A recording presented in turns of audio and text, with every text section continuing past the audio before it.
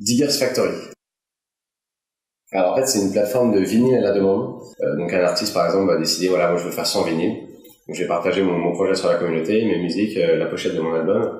Et à la fin, dès qu'il a réuni ses 100 précommandes, il peut lancer la production. Et c'est Diggers Factory qui va s'occuper de mettre en relation avec la bonne usine, le bon studio, les disquaires, le logisticien pour gérer l'envoi des vinyles, etc. L'artiste, il a juste à partager son projet à sa communauté. Et avec notre aide et l'aide de la communauté, il peut produire son vinyle gratuitement. L'idée, c'est justement essayer de les aider à ne plus avoir de risques et se focaliser sur ce qu'ils savent le mieux faire, c'est-à-dire faire de la musique. Voilà, le fond, tout le monde y pense dès la création, hein, c'est obligatoire. De toute façon, il y a un moment, on est obligé de passer par là, parce que c'était beaucoup de fonds propres. Mais donc déjà, ce qui était bien, c'est qu'on avait en interne le côté développement un peu plus cher d'habitude.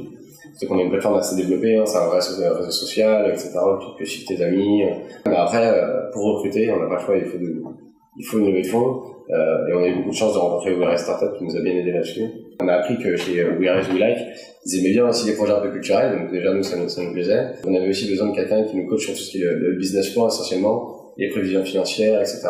Notamment Alain Hill qui nous a coachés et nous a fait rentrer dans le réseau. Parce qu'Alain, déjà on a eu un très bon contact tout de suite.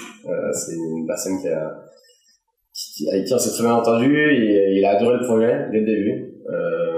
Peut-être qu'il se revoyait un peu en nous quand il était jeune, parce que bon, c'est quand même un vrai entrepreneur et il a monté plusieurs boîtes, etc. Donc il a une vraie expérience d'entrepreneuriat.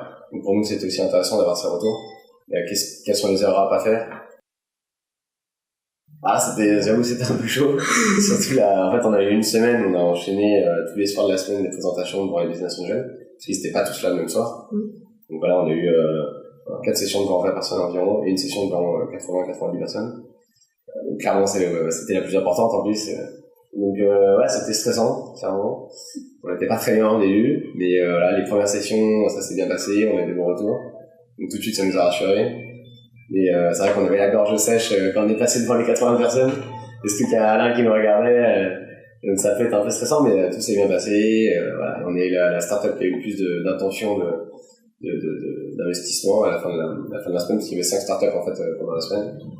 Mais voilà, c'était vraiment intéressant. Et puis pouvoir discuter avec eux, les rencontrer. Et surtout eux aussi voulaient nous rencontrer. Ils aiment bien mettre une tête sur l'entreprise. On nous avait beaucoup conseillé de recruter 2 ou 3 personnes de plus sur le côté développement. Nous, on était en confiance avec Victor, on sait qu'on connaît ses compétences, on sait qu'il est assez fort et que du coup, on n'avait pas besoin vraiment de ça, mais à force d'avoir des retours sur ça, on avait commencé à se poser la question et à se dire, ok, il faut peut-être qu'on aille recruter quelqu'un. Et Alain nous a dit, non, les gars, si vous avez confiance en vous, si vous pensez que vous avez les compétences, autant se focaliser sur le business et essayer d'aller recruter plutôt du commercial ou du marketeur, parce que c'est aussi ça dont on a besoin aujourd'hui, hein, sans business, on ne va pas vivre. Il nous a dit, voilà, si votre projet il tient la route, et il tient la route, si vous avez l'équipe derrière et les compétences, ça va marcher. Je pensais que vraiment ils jouaient sur le côté business, alors forcément ils le font. Hein. Oui. On parle ici en ils sont pas bénévoles. Voilà, pas de bénévoles, c'est sûr. Mais il y a le côté humain joue énormément. Je pense encore plus pour le sponsor, donc la personne qui va croire en ton projet et qui va le faire rentrer dans WeRise. Cette personne-là a vraiment intérêt à bien t'aimer et qui a un bon contact. Parce qu'on se voit régulièrement. C'est aussi généralement la personne qui arrive après au comité stratégique de son entreprise. Donc, voilà, il faut bien s'entendre avec la personne, il faut qu'il y ait un bon contact. On vient de finir les projets de l'INA. En fait, on a lancé une collaboration avec l'INA, les archives, pour faire des lives inédits de Gainsbourg, Ray Charles et Dalida. Donc là, les projets viennent d'aboutir, on a atteint l'objectif. Donc voilà, c'est quand même une réussite. On est très contents. Donc finalement, on a laissé les précommandes ouvertes le temps de la production des vinyles, puisqu'il y a encore 7 semaines de production, c'est un peu long. Et du coup, l'INA nous fait confiance pour relancer de nouveaux projets dès la rentrée.